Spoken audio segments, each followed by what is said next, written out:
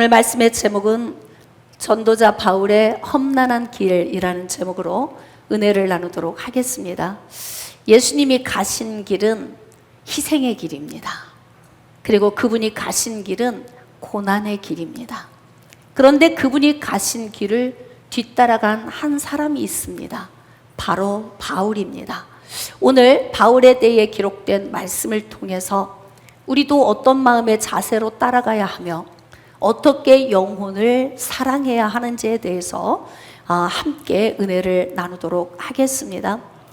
사랑하는 여러분, 마태복음 1장 21절에 아들을 낳으리니 그 이름을 예수라 하라. 이는 그가 자기 백성을 그들의 죄에서 구원할 자이심이라. 왜 구원자가 필요할까요? 여러분, 우리는 태어날 때부터 우리 의지와 상관없이 죽은 상태로 태어납니다. 이해가 좀 어려우시겠죠? 살아서 숨을 쉬는데 죽은 상태로 태어났다는 말은 이해하기 어려울 수 있습니다.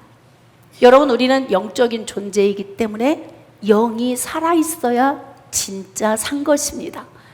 자, 그런데 에덴 동산에서 하나님께서 선과 악을 알게 하는 나무의 열매를 먹지 말라고 명령하신 그 명령에 불순종함으로 범죄했습니다. 그래서 그것을 먹는 날에 반드시 죽으리라고 말씀하셨던 그 말씀에 따라 사람은 죽게 된 것입니다. 다시 말하면 가장 먼저는 하나님과 분리된 죽음을 맛보게 되고, 두 번째는 육신의 죽음을 맛보아야 했으며, 세 번째는 마지막 날에 심판을 받아야 되는 그러한 처절한 인생을 살아야 되는 삶이 주어진 것입니다. 무엇 때문에? 다시, 무엇 때문에? 죄 때문에. 죄 때문에 그렇게 된 거예요. 그러니까 지금 이 땅에 태어난 사람들이 내 의지와 상관없이 죽은 상태에서 태어났다는 것은 하나님과 분리된 상태에서 태어났기 때문에 지옥 갈 수밖에 없는 상태로 태어난 것입니다. 자, 그런데 놀라운 사실은 조금 전에 제가 마태복음 1장 21절에서 말씀을 드린 것처럼 아들을 낳으리니 이름을 예수라 하라. 이는 자기 백성을 그들의 죄에서 구원할 자이심이라.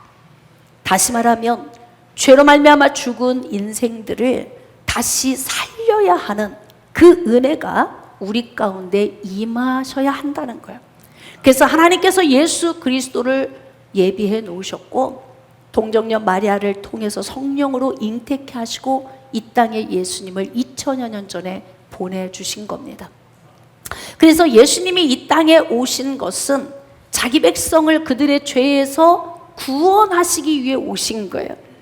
누가복음 4장 18절과 19절 말씀에 주의 성령이 내게 임하셨으니 이는 가난한 자들에게 복음을 전하게 하시려고 내게 기름을 부으시고 포로된 자에게 자유를, 눌린 자를 자유롭게 하고 눈먼 자의 눈을 뜨게 하고 주의 은혜의 해를 전파하게 하려 하심이라.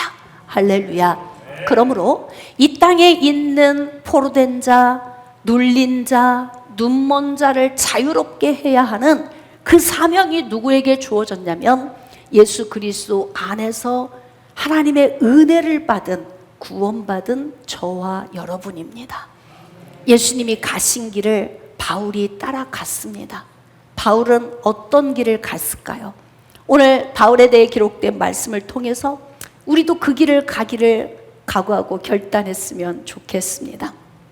사도행전 20장 22절 이하의 말씀입니다. 보라, 이제 나는 성령에 매여 예루살렘으로 가는데 거기서 무슨 일을 당할는지 알지 못하노라.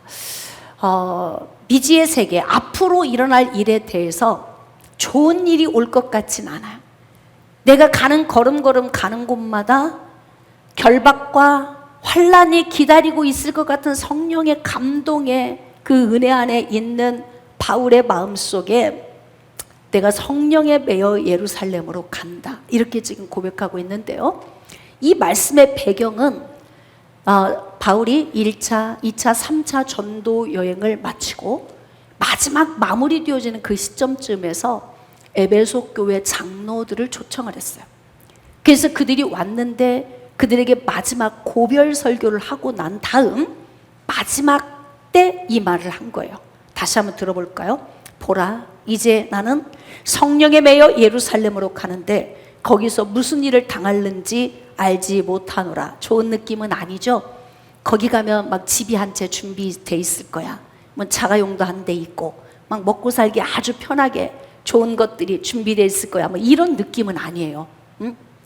무슨 일을 당할는지 알지 못하겠다라고 고백하는 말 속에서는 뭔가 굉장한 각오와 결단을 하고 있다. 이것을 우리가 읽을 수 있죠. 23절입니다. 오직 성령이 각 성에서 내게 증언하여 결박과 환난이 나를 기다린다 하시나. 여러분, 바울이 1차, 2차, 3차 전도 여행을 다니는 동안 성령께서 바울과 함께 하시는 거예요. 여러분, 하나님의 영은 우리 안에 오셨습니다. 그리고 우리와 함께 하십니다. 그래서 시시때때로 당신이 원하시는 말씀을 우리에게 주십니다. 근데 이 말씀이 좀 우리가 듣기에 달콤하면 얼마나 좋겠습니까?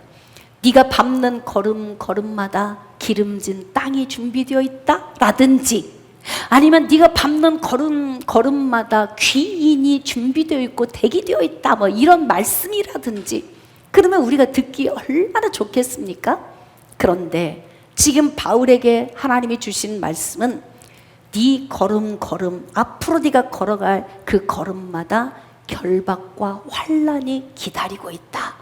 이렇게 성령이 계속 함께 하시면서 바울아, 네가 지금 걸어가지?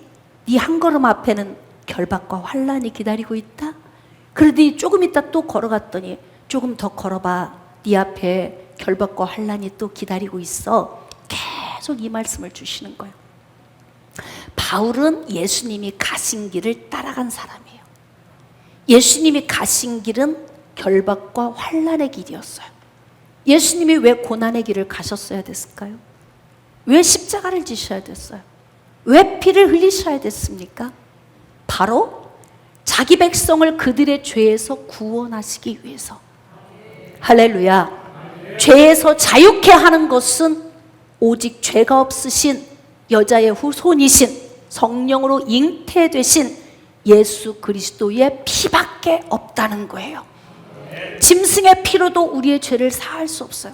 왜 죄를 물로 씻거나 양잿물로 씻을 수 없습니까? 죄는 보이지 않기 때문에 그렇습니다. 죄는 우리 본성 안에 있는 죄의 좌소에서 흘러나오는 거기 때문에 물로 씻을 수가 없어요. 그래서 레위기서 17장 11절 말씀에 육체의 생명은 피에 있음이라 내가 이 피를 너희에게 주어 단에 뿌려 너희의 생명을 위하여 속죄하게 하였나니 생명이 피에 있으므로 피가 죄를 속하느니라. 이렇게 기록되어 있어요. 우리의 죄를 씻기 위해서는 물과 양잿물이 아닌 피가 필요했다는 거예요. 그런데 죄인의 피로는 거룩해질 수가 없지요. 웅덩이에 가서 씻고 나오면 다시 더러워집니다.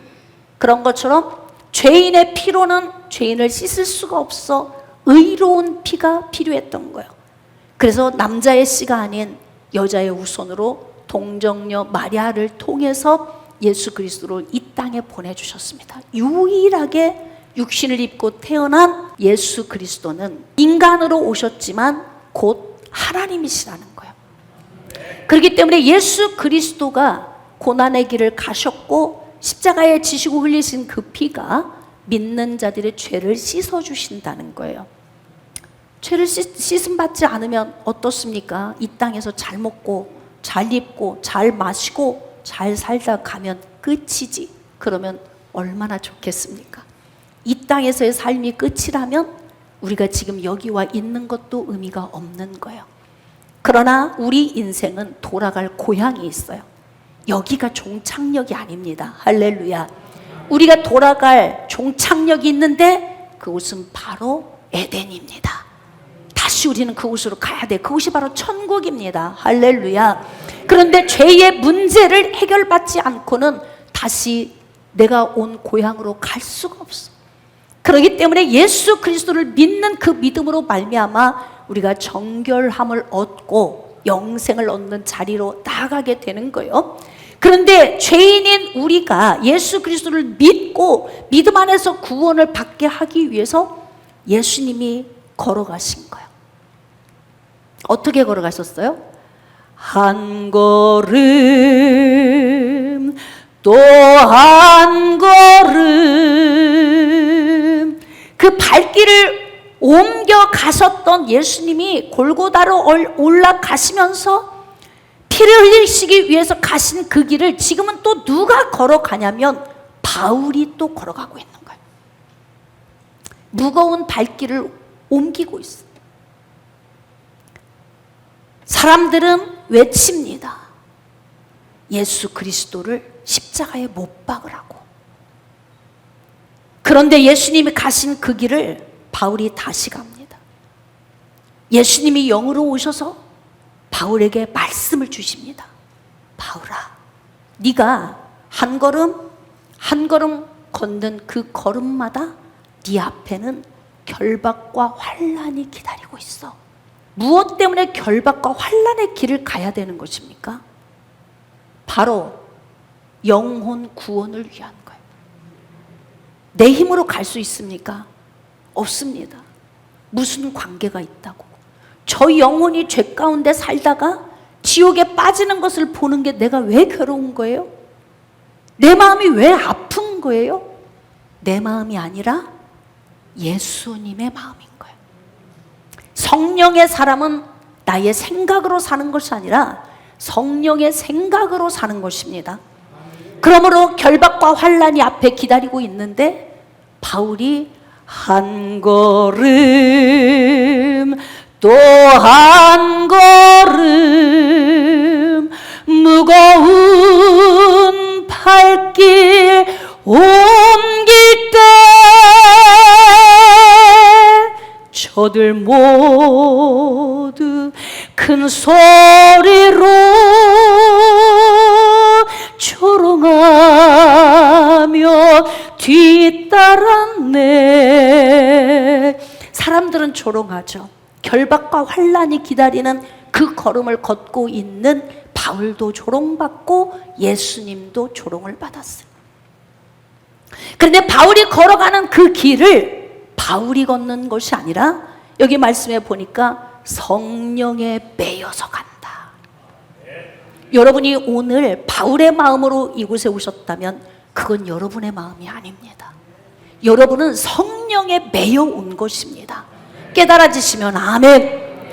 아무 상관이 없는 저 사람과 내가 각자 살다가 어디로 가든 지옥으로 가든 천국으로 가든 나하고 무슨 상관인가 이렇게 생각할 수 있는데 하나님의 성령의 사람들은 왜 괴로워하느냐 이 말이에요. 왜 저 사람이 지옥 가는 것을 보고 왜 내가 괴롭고 내 가족들이 일가 친지들이 내 주변에 있는 지인들이 지옥에 가는 것을 보면서 내가 왜 이렇게 마음속에서 괴로움을 겪어야 되느냐 이 말이에요. 그것이 바로 성령의 사람이기 때문에 그렇다는 거예요.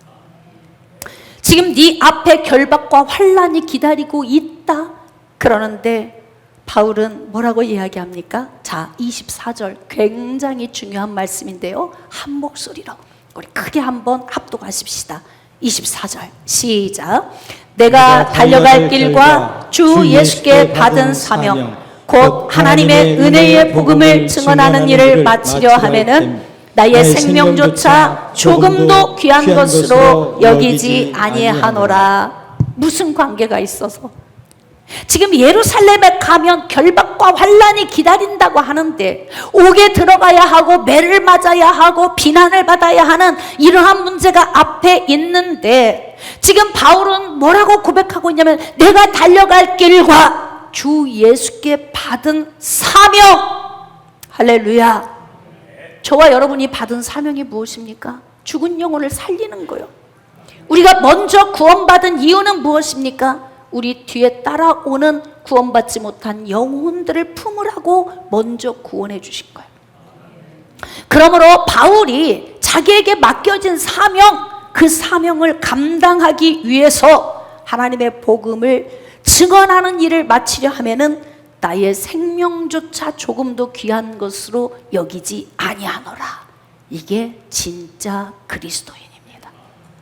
나의 생명, 나라고 하는 존재에 대한 가치보다 지금 지옥으로 걸어가고 있는 저 영혼을 품는 가치가 더 크기 때문에, 그러므로 나의 죽음마저도 귀한 것으로 여기지 않고 나를 내어드리겠다, 이렇게 고백하고 있어요. 닮을 수 있겠습니까? 우리 찬양했잖아요. 예수님처럼, 바울처럼 그렇게 살 순 없을까? 누구 때문에 구원받으신 거예요? 어떤 바울 때문에 저와 여러분이 구원을 받은 것입니까? 결박과 환난이 앞에 기다리고 있는데 그럼에도 불구하고 나는 내 생명을 조금도 귀한 것으로 여기지 아니하노라. 조금 닮고 싶지 않아요? 어떠세요? 지금 여러분의 아멘은 하늘문을 열고 있습니다. 소리는 안 났지만 여러분의 심장 깊은 곳에서 아멘 아멘, 그 동의한 그 소리가 주님이 다 들으셨어요. 할렐루야. 사랑하는 여러분, 바울의 이 믿음의 걸음이 저와 여러분을 구원했습니다. 바울은 1차 소아시아 지역, 지금 터키, 튀르키예 지역, 그리고 마게도냐 지역, 아가야 지역까지 1차, 2차, 3차 전도 여행을 자기 자신을 내어 던지면서 복음을 전했어요. 결혼도 하지 않았고 자기 재산을 일구는 일에 마음을 두지도 않았어요. 오직 가는 곳마다 예수 그리스도가 왜 죽으셨는가? 그의 피가 우리에게 어떤 효력을 발생시키시는가? 예수님은 왜 무덤에서 사흘 만에 다시 부활하셨는가? 이것을 목 놓아 선포를 했어요. 그렇게 그가 복음을 전하고 많은 영혼들을 지옥에서 건져 천국으로 인도하는 통로로 그는 쓰임을 받고 3차 전도 여행에 마무리 되어지는 시점에서 예루살렘에서 무슨 일을 당하는지 나는 알지 못한다. 성령이 내게 말씀하시는데 그곳에 가면 결박과 환난이 기다리고 있다고 그래. 그런데도 내가 내 사명을 다하기까지 나의 생명을 조금도 귀한 것으로 나는 여기지 않거든. 그래서 에베소 교회 장로들과 마지막 인사를 나누고 그곳에서 끌어안고 그렇게 우는 거야. 그 장로들과 같이 우는 거예요. 헤어짐의 아쉬움이기도 하겠지만 우리에게 당부한 이 말을 우리가 심장에 새기고 우리가 바울 당신처럼 영혼을 품겠습니다. 그 의미가 아니었을까요? 사랑하는 성도 여러분, 오늘 이 말씀이 여러분의 심장에 새겨지기를 축복합니다. 나 혼자 예수 잘 믿고 천국 가는 것도 의미가 있는 것이겠지만 하나님이 보시기에는 나 혼자 예수 잘 믿고 주님께 가는 것보다 내 주변에 있는 사람과 함께 가는 것. 그래서 이런 찬양했잖아요. 함께 갑시다. 내 아버지 집, 내 아버지 집, 내 아버지 집. 함께 갑시다. 내 아버지 집, 참된 평화 있는 곳. 할렐루야.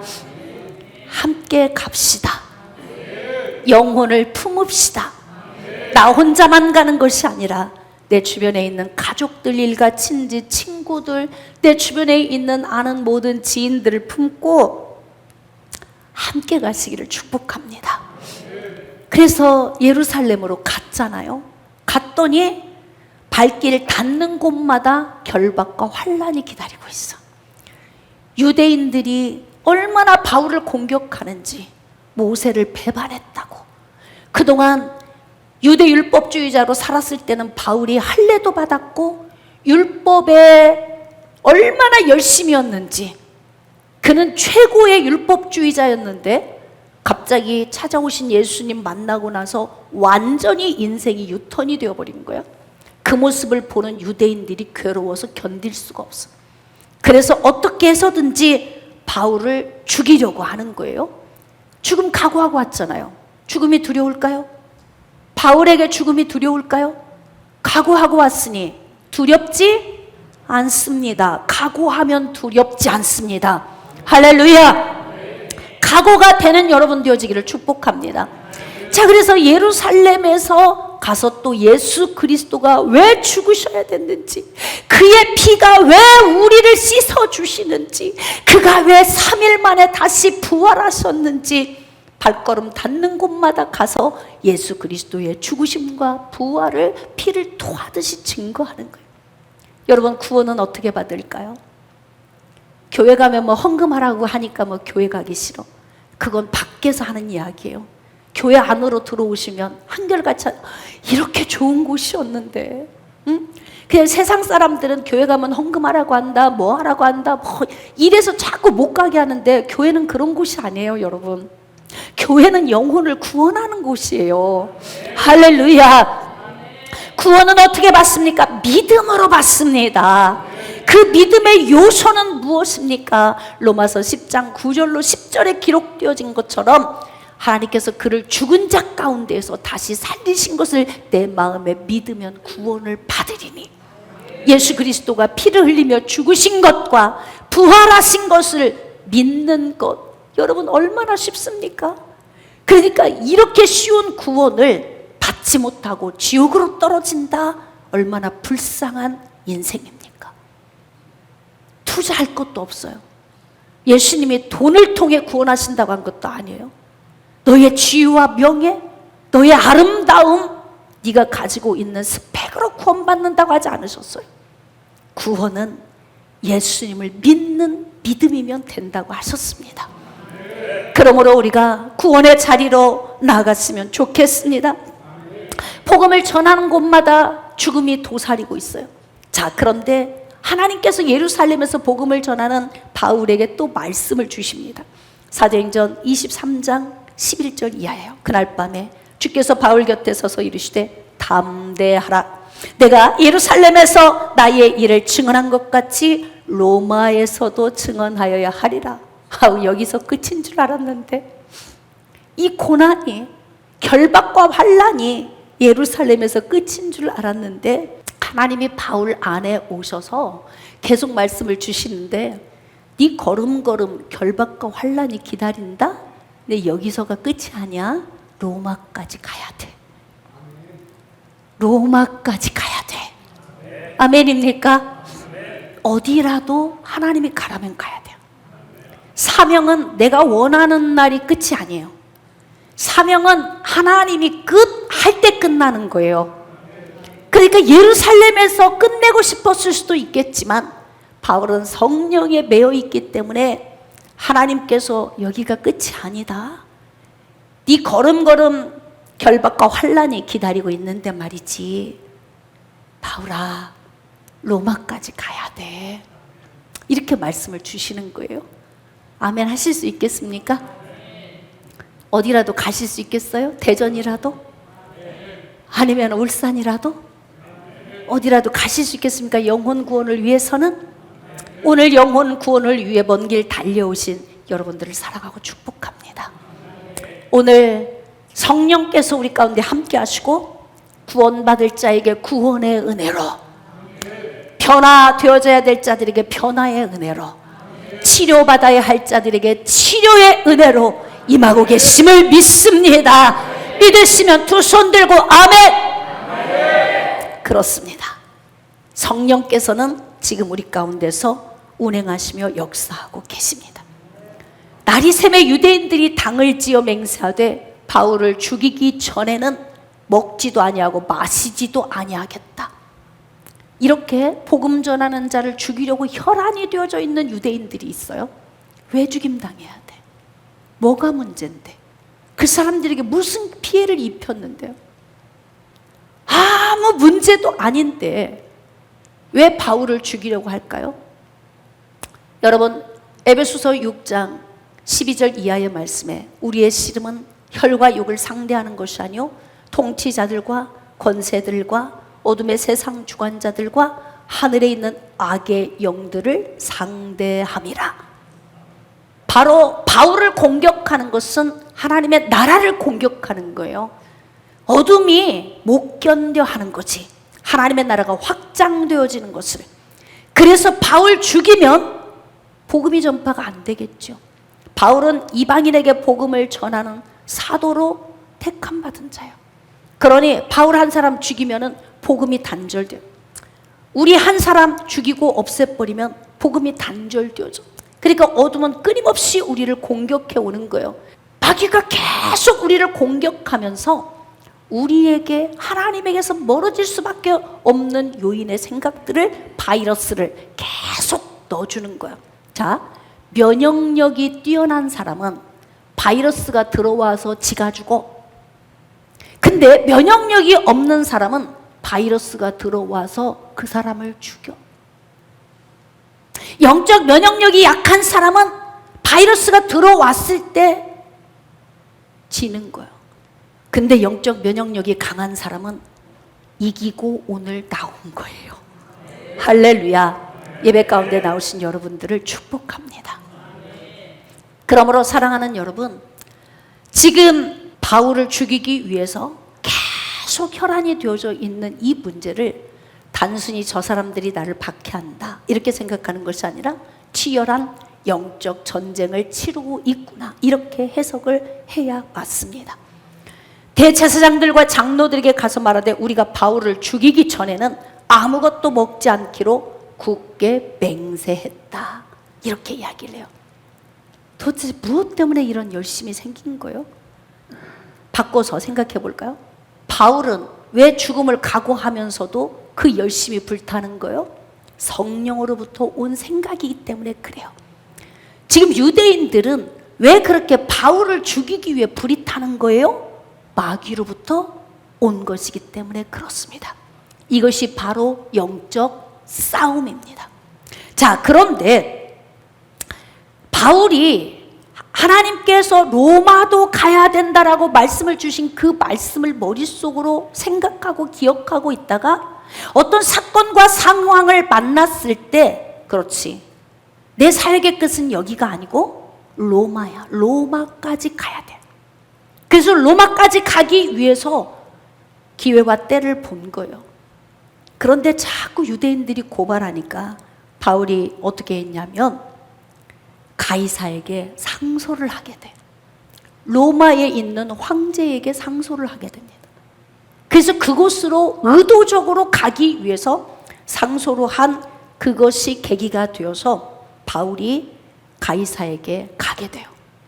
여러분, 이렇게 하나님의 일하시는 방법은 기회와 때를 주십니다. 할렐루야. 이 기회와 때를 놓치지 않으시기를 주님의 이름으로 축복합니다. 죄인의 신분으로 로마에 압송되어진 바울이 배를 타고 로마로 갑니다. 자, 사도행전 27장 1절입니다. 우리가 배를 타고 이달리아에 가기로 작정되매 바울과 다른 죄수 몇 사람을 아구스도대의 백부장 율리오란 사람에게 맡기니.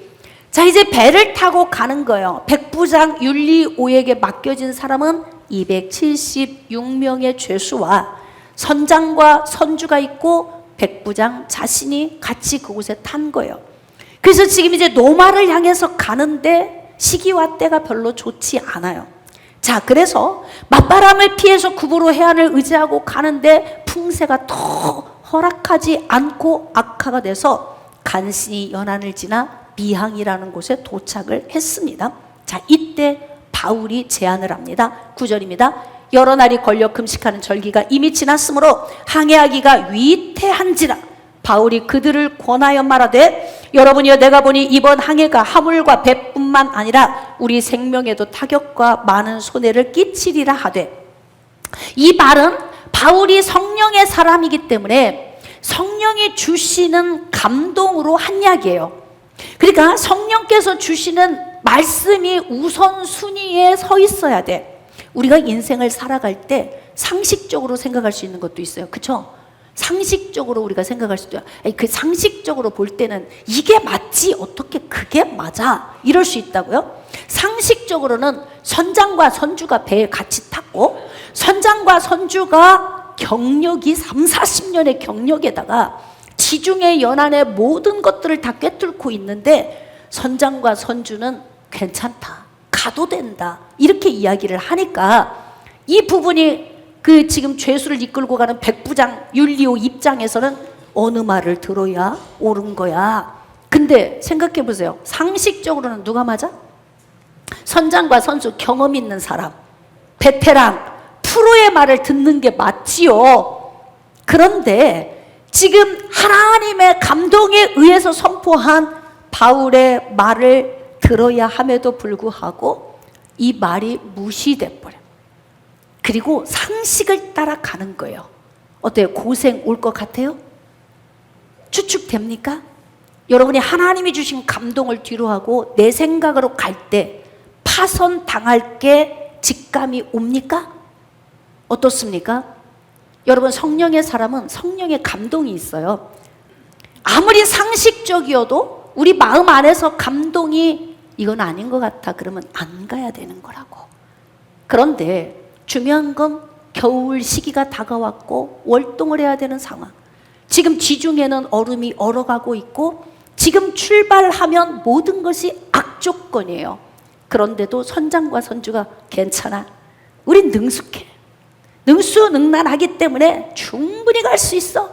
근데 여기서 백부장 율리오가 선장과 선주의 말을 선택을 하게 되는 거예요. 얼마 가지 않아서 무슨 일이 벌어졌겠습니까? 14절입니다. 얼마 안 되어 섬 가운데로부터 유라굴로라는 광풍이 크게 일어나니. 이럴 줄 알았나? 유라굴로라는 광풍 올 줄 알았나? 여기서 또 궁금한 게 있어요. 하나님이 가라고 그래서 갔는데, 에?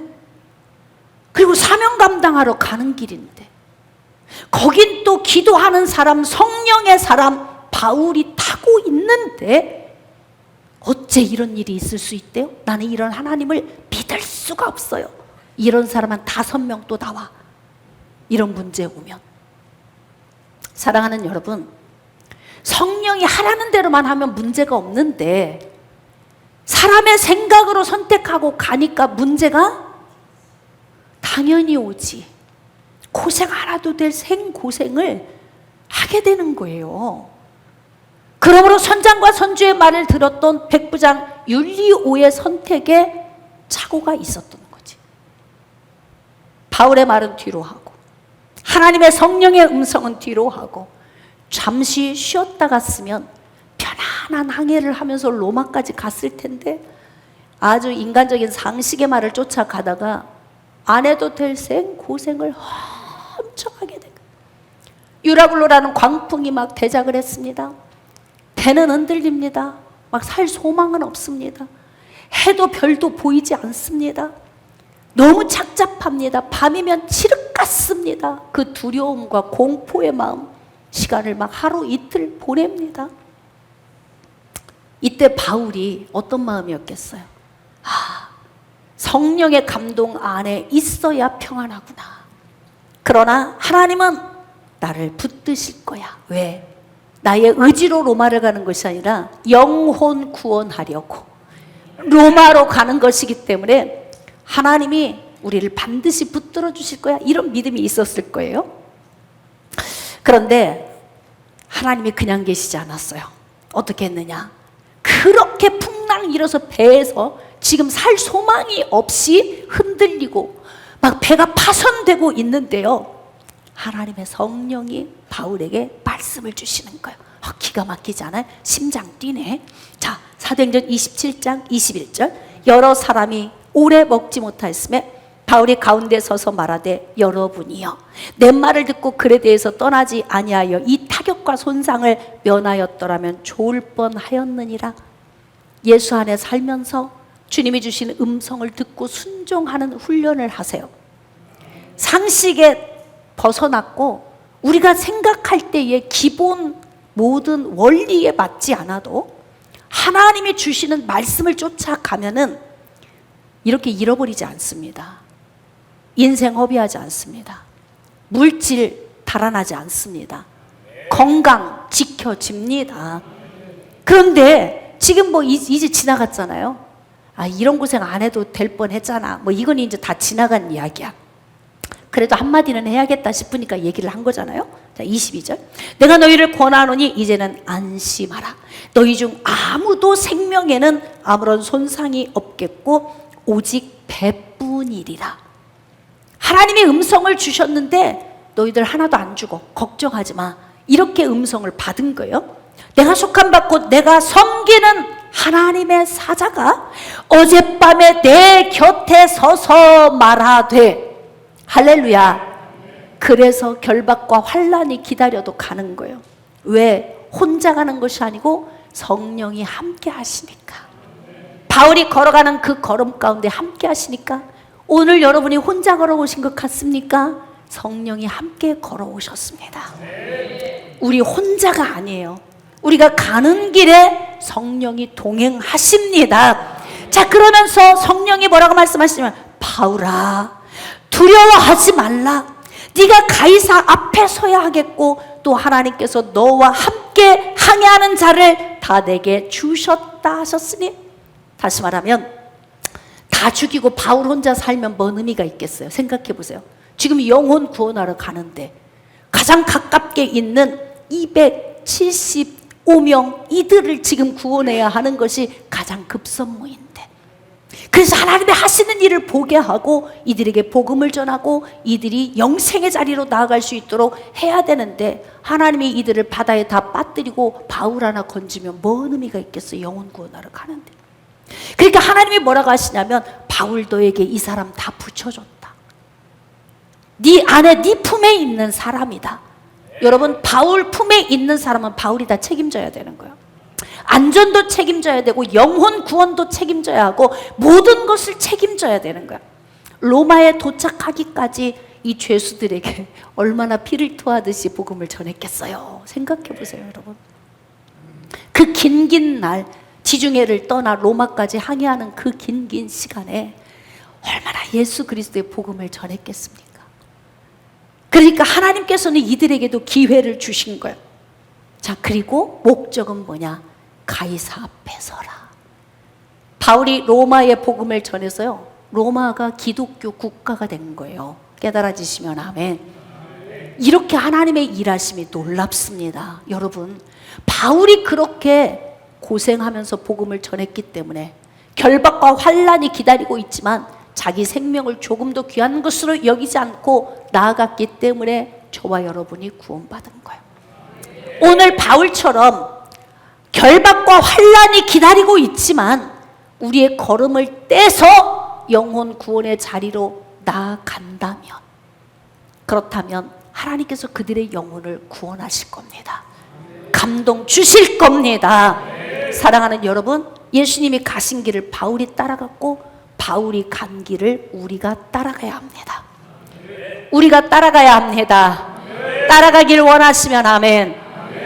결박과 환난이 기다리지만 내 인생의 삶에 희생과 헌신이 따르지만, 그러나 하나님이 누군가를 통해 나를 구원하신 것처럼 나도 누군가의 구원을 위해 통로가 되기를 원하는 이 시대에 사랑하는 바울들이요, 말씀을 좀 정리하도록 하겠습니다. 지금 이 시대를 살아가는 바울의 삶을 우리가 살고 있는데요, 바울의 삶은 그냥 걸어가는 삶이 아니에요. 결박과 환난이 기다리고 있는 걸 알면서 내 생명을 조금도 아까워하지 않고 가는 것, 그것이 바울이 간 길입니다. 우리가 오늘 이 길을 가기를 결단한다면 빈자리가 채워질 줄 믿습니다. 여러분의 가족들이 구원받을 줄 믿습니다. 여러분의 일가 친지가 구원받을 줄 믿습니다. 희생하는 마음으로 예수님처럼 바울처럼 그렇게 살 수 없을까? 살 수 있습니다. 어떻게 하면 될까요? 성령과 함께 동행하십시오. 성령이 주시는 말씀 쫓아 순종하며 사십시오. 그러면 여러분 주변에 있는 죽어가는 영혼들이 살아나는 역사가 있을 것입니다. 전도자 바울의 험난한 길을 같이 걸어갑시다. 같이 걸어갑시다.